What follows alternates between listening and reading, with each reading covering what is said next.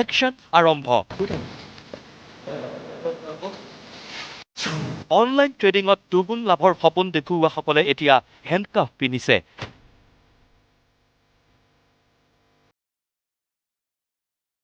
মুখ্যমন্ত্ৰীৰ কঠোৰ নিৰ্দেশৰ পাছতেই ৩৮টা প্ৰবঞ্চকক গ্ৰেপ্তাৰ অসম আৰক্ষীৰ।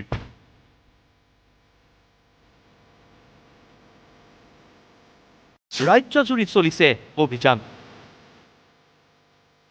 ট্ৰেডিং এটা লোভনীয় বেপাৰ, যিটো বেপাৰত বিনিয়োগকাৰীক দেখুওৱা হয় কিছুমান অলিক সপোন। দিয়া হয় দুগুণ ৩ গুণৰ পৰা ৩০ গুণ পৰ্যন্ত লাভালাভ। আৰু সেই খেলখন খেলিয়েই বিশাল স্বপ্ননীল ৰঞ্জিত ভাস্কৰ দীপাংকৰহঁতে কটায় লাক্সাৰিয়াছ লাইফ। ডিব্ৰুগড়ত মহাপ্ৰবঞ্চক বিশাল ফুকন গ্ৰেপ্তাৰ হোৱাৰ পিছতেই গুৱাহাটীত গ্ৰেপ্তাৰ হ'ল ট্ৰেডিঙৰ ক্লাছ দিয়া এইটো দালাল স্বপ্ননীল দাস। মাৰ্কেটৰ বাবে দুজন যুৱকৰ পৰা ২৬ লাখ টকালৈ ঘূৰাই দিব নোৱাৰাৰ বাবেই ভুক্তভোগীয়ে ৰুজু কৰিছিল গোচৰ। আৰু তাৰ পাছতেই গ্ৰেপ্তাৰ কৰিছিল এইটো মহাধুৰন্ধৰ স্বপ্ননীলক। স্বপ্ননীলৰ লাইফষ্টাইল চাওক, গাড়ীয়েই চাব নে পিন্ধন উৰণেই চাব। লকডাউনৰ পাছতে আহি পেলাই কৈছিলে যে এনেকৈ ট্ৰেডিঙত নামত পইচা এটা আমি লগাব লাগে, লগালে আমি 8% দিম। এনেকৈ মানুহখিনিক প্ৰলোভন দিছিলে, দেখাইছিলে যে এইটো এনেকৈ পইচা লগালে ইয়াত তুমি ইমান % আমি প্ৰফিটৰ পৰা দিম তোমাক। সেইটো হেৰিয়তে মানে মানুহে প্ৰলোভন হৈ পেলাই চবেই পইচা দিলে। বিশালৰ পিছতেই ডিব্ৰুগড়ত ট্ৰেণ্ডিঙত আছে ৰঞ্জিত কাকতি। বিনিয়োগকাৰীক লোভ দেখুৱাই অতি চতুৰালিৰে ১২,০০০ কোটি টকা সৰকাই লৈছিল ৰঞ্জিত কাকতিয়ে। ট্ৰেডিং FX নামৰ কোম্পানী খুলি উজনিৰ গ্ৰাহকক লুটি পেলাইছিল এইটো প্ৰবঞ্চকে। শ্ব'ৰুমৰ পৰা অডি ভাড়াত লৈ গ্ৰাহকক আকৰ্ষিত কৰিবলৈও সৰ্বস্ব উজাৰি দিছিল এইটো ধুৰন্ধৰে। স্বাস্থ্য বিভাগত কৰ্মৰত ৰঞ্জিত কাকতিয়ে টাৰ্গেট কৰি লৈছিল বহু VIP, VVIP গ্ৰাহকক, যাৰ বাবে সংগ্ৰহ কৰিব পাৰিছিল ১২,০০০ কোটি টকা। হয়, মই ইনভেষ্ট কৰিছিলোঁ। মই 1,80,000 মান ইনভেষ্ট কৰিছিলোঁ। বহুত মানুহ আছে আমাৰ ট্ৰেডিং এফেক্সৰ মানে হায়েষ্ট ইয়াত অসমত যদি ক'ব পাৰি ট্ৰেডিং এফেক্সে 1 নম্বৰত হৈ আছে নেকি, ইমান মানুহ আছে। ১২,০০০ কোটি টকাৰ বোলে কালেকশ্যন হৈছে বুলি শুনিছোঁ। চবে আহি আছে, যোৰহাটৰ পৰা আহিছে, তিনিচুকীয়া, তিতাবৰ, দুলীয়াজান, চবৰ পৰা মানুহ আহি আছে। ট্ৰেডিঙৰ নামত বিনিয়োগকাৰীক প্ৰবঞ্চনা কৰি তেজপুৰত গ্ৰেপ্তাৰ হ'ল হেমেন ৰাভা। তেজপুৰৰ শ শ বিনিয়োগকাৰীৰ পৰা হেমেন ৰাভাই সংগ্ৰহ কৰিছিল প্ৰায় ৩০০ কোটি টকা। কিন্তু দীৰ্ঘদিন ধৰি পলাতক হৈ থকা হেমেনক মঙলবাৰে গ্ৰেপ্তাৰ কৰে তেজপুৰ আৰক্ষীয়ে। বিনিয়োগকাৰীৰ গোচৰৰ ভিত্তিত তেজপুৰ আৰক্ষীয়ে গ্ৰেপ্তাৰ কৰে হেমেনক।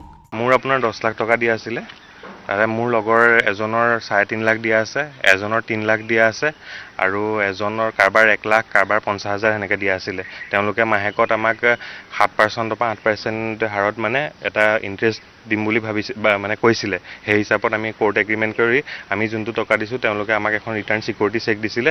আৰু যিহেতু কালি আমাৰ মুখ্যমন্ত্ৰী ডাঙৰীয়াই ঘোষণা কৰাৰ পিছত যে এনেকুৱা মানে ট্ৰেডিং স্কিমৰ পৰা বা এনেকুৱা ট্ৰেডিং স্কেমৰ পৰা ৰাইজ আঁতৰি থাকিব লাগে, মূল টকাটো আমাক দিয়ক, আমাক একো সুদ নালাগে, আমাক একো ইণ্টাৰেষ্টৰ পইচা নালাগে।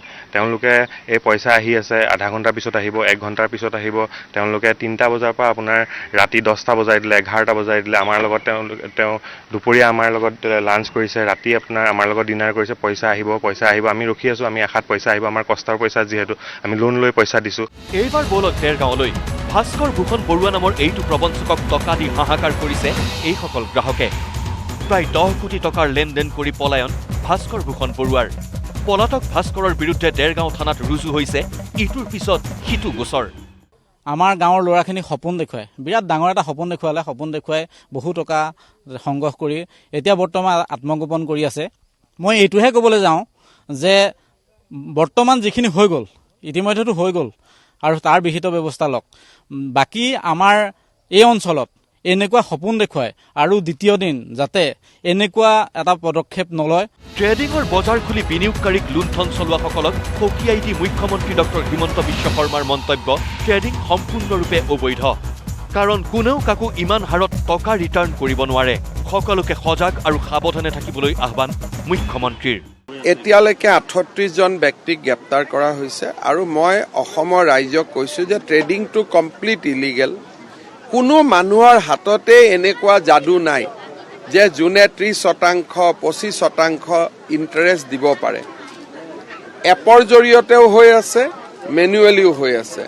আৰু এই দুইটা বস্তুতে ষড়যন্ত্ৰত নপৰিবলৈ অসমৰ মানুহক মই অনুৰোধ কৰিছোঁ, জমা টকা এনেকৈ কোনোবাই লৈ যাব এইটো কেতিয়াও গ্ৰহণযোগ্য নহয়। আৰু আপোনালোকে এপৰ মানুহবিলাকক দেখিছে ডুবাইত যোৱা, ক'ৰবাত কেনেকৈ তেওঁলোকে এটা লেভিছ লাইফষ্টাইল তেওঁলোকে মেইনটেইন কৰে।